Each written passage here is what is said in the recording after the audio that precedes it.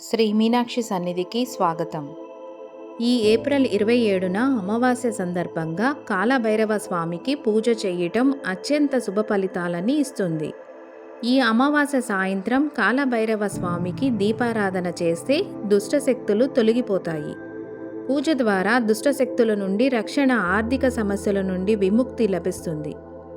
ఒక మట్టి దీపం కానీ, నిమ్మకాయతో కానీ, కొబ్బరికాయతో కానీ, గుమ్మడికాయతో కానీ మీ శక్తి కొరకు మీకు ఏది దొరికితే అది తీసుకొని అందులో నల్ల నువ్వుల నూనె పోయండి.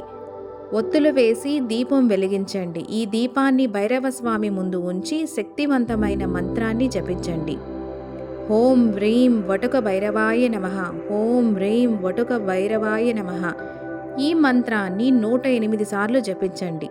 దీపాన్ని భక్తిగా అర్పించండి. ఈ పూజ ద్వారా గృహశాంతి, రక్షణ, సంపద వృద్ధి కలుగుతుంది.